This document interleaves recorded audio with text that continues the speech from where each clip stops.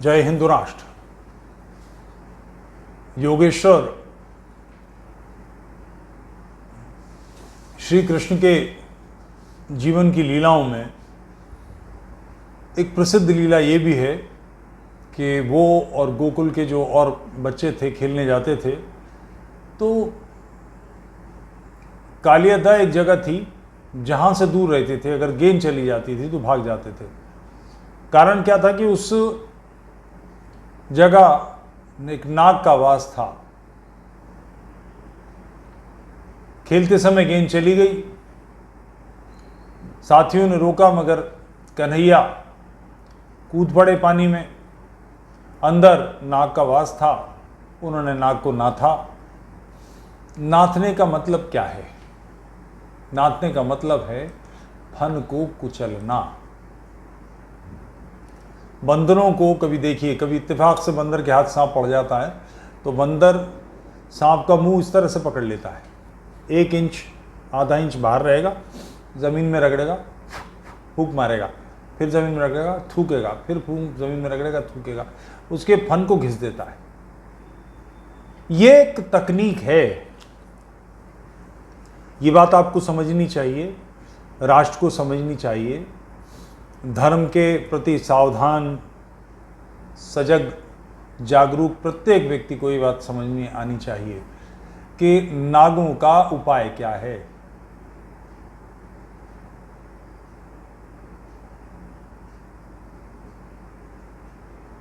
नाग पंचमी के दिन यदि हम नागों को दूध पिलाएं तो आवश्यकता पड़ने पर जन्मेजय बन जाना, इसकी सावधानी बरतना ये बहुत आवश्यक है।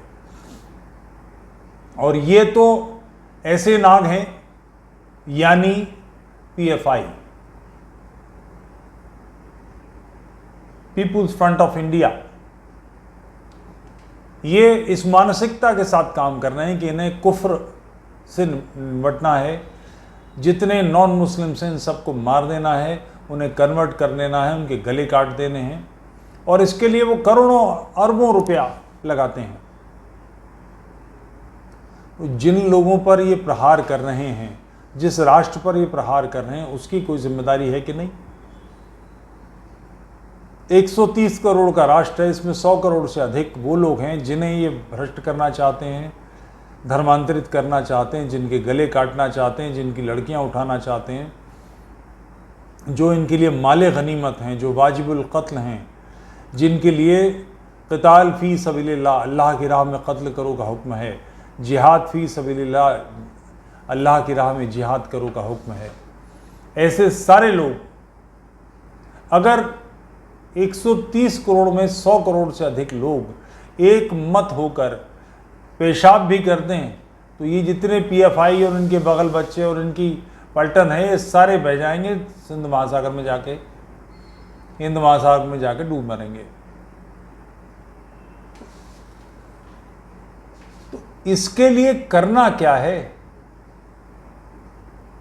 लोग नवरात्र चल रहे हैं, प्रार्थना कर रहे हैं कि माता सिंह की सवारी करके टूट पड़ो। अबे टूटना तुम्हें है, टूट के पड़ना तुम्हें है, भगवती को नहीं है। ये राक्षसों का और देवताओं का युद्ध नहीं है जिसमें भगवती प्रकट हो और रक्षा करें। ये युद्ध राष्ट्र का है और अब से नहीं, 1300 वर्षों से चल रहा है, लगातार चल रहा है। इस युद्ध में विजय पाने के अलावा हमारे पास कोई विकल्प नहीं है, क्योंकि अगर हम जीतेंगे नहीं तो नष्ट हो जाएंगे। भारत के संदर्भ में हमारी स्थिति इजराइल वाली है। जैसे इजराइल के पास हारने का तो विकल्प ही नहीं है। चौड़ाई में वो देश प्रारंभ में जब ये मिला था तो 29 किलोमीटर चौड़ा था और जो इनके पास तोपें थी वो 31 किलोमीटर से ऊपर गोला फेंकती थी। यानी अगर पूरे फुल फोर्स से वो ऊपर गोला फेंकेंगे तो उन्हें पार करके इजराइल समुद्र में जा पड़ेगा। उनके पास हारने का विकल्प ही नहीं था, पीछे समुद्र था डूब मरने का। तो उन्होंने अपने देश को बढ़ाया, गोलान हाइट्स ले ली और जहाँ जहाँ से हमले होते थे उन सारे क्षेत्रों को दबोच लिया, छीन लिया, कूट दिया, सीधा कर दिया। जो बहुत तीसमारखा बनते थे, ऐसे दर्जनों राष्ट्र उन्होंने अपनी सेनाएं उतारी, सबकी सेनाओं को मुंह की खिलाई। हमारी भी स्थिति ये है कि यदि हम जूझेंगे नहीं तो अब बचने का कोई घर नहीं है। अफगानिस्तान से निकले तो हम पाकिस्तान में आ गए,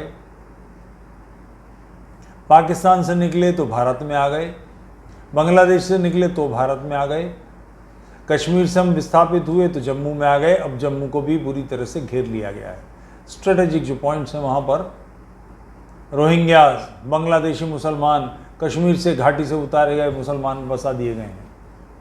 रोशनी एक्ट के इन कमबख्तों ने पूरी तरह से कांग्रेसियों के समर्थन के साथ, और ये जानकारी जिस समय हो रहा था सब भाजपा के लोग भी केंद्र में थे, सरकार में नहीं थे मगर थे, तो किसी ने कुछ नहीं किया। अब थोड़ी सी सुबुगाहट हुई है, तो इस बदलाव को कैसे रोका जाए जो राष्ट्र के विरोध में खड़ा है, राष्ट्र जिससे राष्ट्र को जो हानि पहुंचा रहा है, इससे कैसे लड़ा जाए। जो लगातार करने की बात है कि इस विचारधारा की जो मानसिकता जहाँ से उपजती है, उन ग्रंथों का, उन पुस्तकों को एक्सपोज करना आवश्यक है। और ये एक्सपोज पूरी दुनिया में हो रहे हैं, ऐसा नहीं कि नहीं हो रहे। मैं आज से कोई 12-13 वर्ष पहले अमेरिका गया था, तो कुछ शॉपिंग के लिए मॉल में गए, तो सामान लेने के बाद जब पेमेंट के लिए आए तो एक महिला, उसके यहाँ पर बैज लगा हुआ था चेस्ट पे, और उसमें कोई इस्लामी नाम, ईरानी नाम था। तो मैंने उससे पूछा कि वे आर यू फ्रॉम, उसने कहा पर्शियन, ईरानी। 2-3 जुमले एक्सचेंज हुए, चलते समय मैंने फ़ी अमानिल्लाह कहा। उसने मेरी तरफ ऐसे देखा, बोली I don't know what are you talking. इस्लामी अमेरिका के अपने अतीत से ऐसे पिंड छुड़ाना चाहते हैं। सऊदी अरब के शाह ने पूरी तरह से इस्लामी वांग्मय को मोटे तौर पर रद्द कर दिया है। कुरान के सिलसिले में उनका कहना है कि इसकी व्याख्याएं वर्तमान के अनुसार की जाएंगी, बाकी सारी चीज़ें, हदीसें, सीरा, ये वो सब अंट संट जितना, सबको रद्द करने की बात की उन्होंने। और उसका कारण है कि ऐसी बातें, ऐसा चिंतन कैसे चल सकता है। 100, 150, 160 करोड़ लोग, शेष बचे हुए 550 करोड़ लोगों को कैसे मार सकते हैं, कैसे कत्ल कर सकते हैं, ऐसी सोच ही कैसे रख सकते हैं। कोई बिल्कुल ही विक्षिप्त जिसकी खोपड़ी में भूसा भरा हो, वो भी ऐसे नहीं सोच सकता। इसके लिए तो दिमाग में बिल्कुल खाली निर्वात चाहिए। एक जीरो निकाले देते हैं। फिर देखिए 15 लोग 55 लोगों से कैसे जीतेंगे, ऑलमोस्ट 4 गुना हैं। और फिर विकास के नाम पर कुछ नहीं है, कोई शस्त्र बनाने की विद्या, कला, कोई वैज्ञानिक शोध। किसी माई के लाल ने सुनी हो तो बता दे कि इस्लामी कंट्रीज में क्या हुआ है। जितने आधुनिक शस्त्र हैं सारे के सारे इस्लामियों के हाथ में एक चीज नहीं है, न उन्हें चलाने की क्षमता। 71 में, 65 में, भारत के पास तो 65 में छोटे छोटे जहाज थे, हमने उनसे ठुकाई लगाई। 71 में बिल्कुल भुस भर दिया। बांग्लादेश के में पाकिस्तानी सैनिकों का 1 लाख का इतना बड़ा समर्पण सेकेंड वर्ल्ड वॉर के बाद में दुनिया में नहीं हुआ। सेकेंड वर्ल्ड वॉर बहुत बड़ी चीज़ थी, उसके मुकाबले भारत पाकिस्तान का युद्ध तो कुछ नहीं है। फिर भी 1 लाख लोगों का समर्पण हुआ। क्यों? कि उनकी समझ में आ गया कि बाहर से कहीं सपोर्ट आ नहीं सकेगी। आकाश एयर शेल्टर जो होता है एक वायुसेना का, वो बिल्कुल तबाह किया जा चुका था।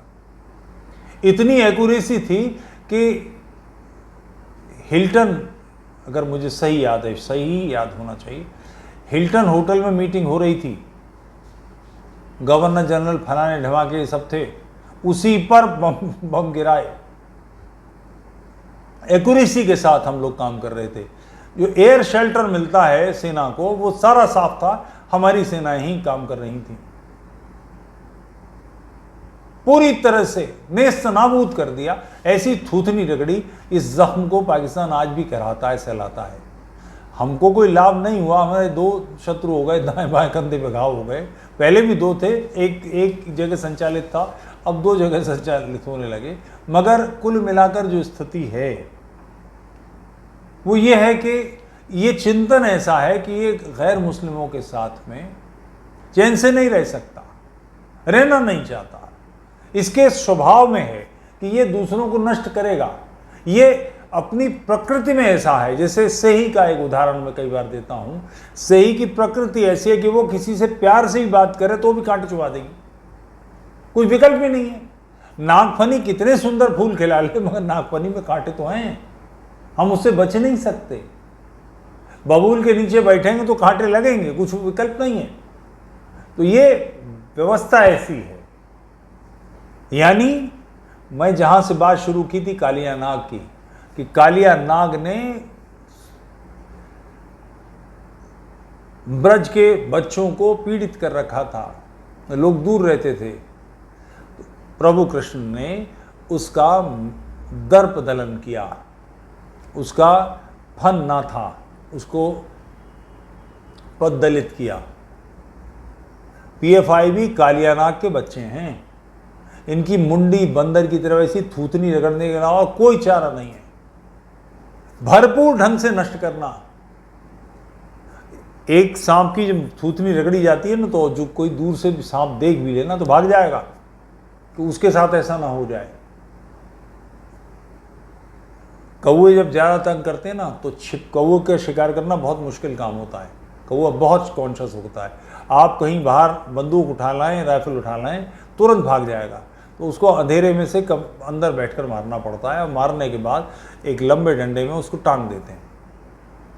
ऑलमोस्ट 2-2.5 दिन 3 दिन तक बहुत काएं सारे कौवे उसके शोक में या क्रोध में है जो भी, क्योंकि अब नई शोध ये बताती हैं कि कौवा अपने शत्रु को पहचानता है और उस पर प्रहार भी करता है।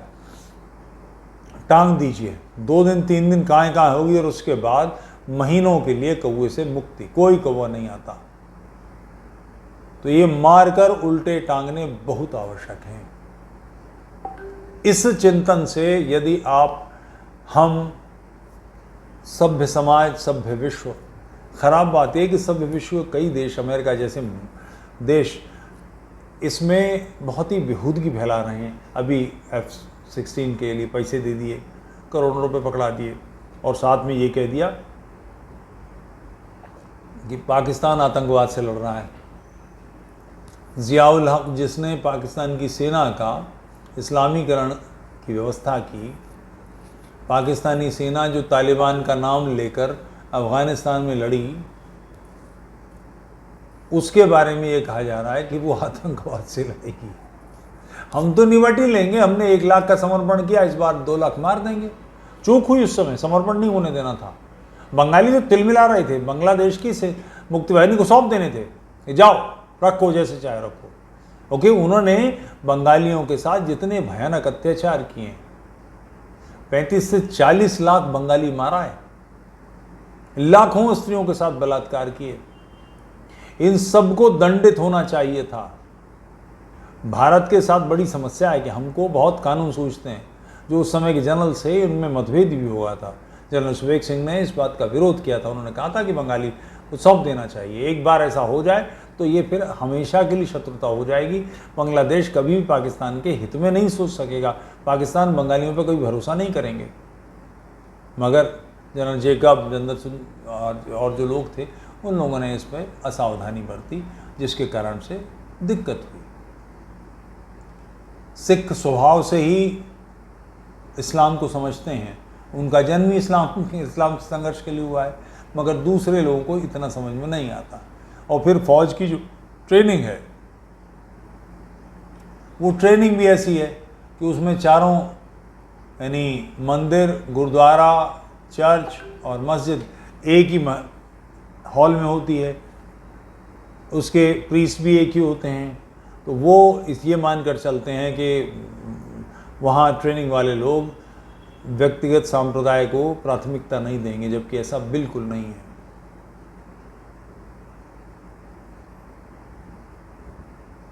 विभाजन के तुरंत बाद जो कश्मीर में लड़ाई हुई थी, उसमें महाराज कश्मीर की फौज के, जिन पर उन्हें आंख बंद करके भरोसा था कि ये मेरे बच्चे हैं, सारी की सारी पलटन पाकिस्तान के साथ मिल गई। भारत के कई ऐसे, जैसे भोपाल की नवाबी, वो पूरी तरह से पाकिस्तान के फेवर में जाने को तैयार थी, लीड कर रहे थे कि राजस्थान के रजवाड़े मिल जाए तो ये पूरा हिस्सा पाकिस्तान में चला जाए। तो ये जो मूल चिंतन है जिसके कारण वो ऐसा करते हैं, वो ये है कि ये सारी दुनिया को कुफ्र और ईमान के चश्मे से देखते हैं कि आप काफिर हैं, आपका भविष्य मर जाना है, आपको कत्ल कर दिया जाना चाहिए, आपको नष्ट कर दिया जाना चाहिए, आपकी स्त्रियों को लूट लेना चाहिए, आपका जो पैसा है उसको 25% अल्लाह और रसूल के नाम निकाल के बाकी सारा मुसलमानों के बीच में बढ़ जाना चाहिए। इसे माल गनीमत कहते हैं। ये मज़ेदार चीज़ है। जिहाद के लिए कोई शब्द हमारे पास हिंदी में नहीं है, संस्कृत में नहीं है। धर्मयुद्ध जिहाद नहीं है, धर्मयुद्ध बनाया गया है। पुरानी ग्रंथों में कहीं ये शब्द नहीं मिलता। मुजाहिद कोई लफ्ज़ हमारे पास नहीं है, इसके लिए कोई व्यवस्था नहीं है। युद्ध में दूसरे पक्ष की स्त्रियों को लूट कर उन्हें यौन दासी बना लेना, उनका यौन शोषण करना, इसकी कोई व्यवस्था हिंदुओं में नहीं है। यार एक राजा दूसरे राजा से लड़ता था, मगर उसकी स्त्रियों के साथ अनाचार करना सोचा नहीं जा सकता था। ये भी कि राजा से लड़ाई हुई, राजा मर गया तो उसके बेटे का तिलक कर दिया, कह दिया कि तुम हमको इतना टैक्स दोगे और तुम राजा बनो, ये तुम्हारा अधिकार है। उसके अधिकार का हनन भी नहीं होता था। ऐसी भयानक, भीषण और हर प्रकार के सभ्य नियमों से परे का संघर्ष यानी इस्लामी जिहाद, इसके जितने भी पालकी उठाने वाले, नकीब, चौबदार, पालकी में बैठने वाले, सबके बांस, इसका और कोई विकल्प नहीं है। यदि नष्ट नहीं किए जाएंगे तो सभ्य समाज नष्ट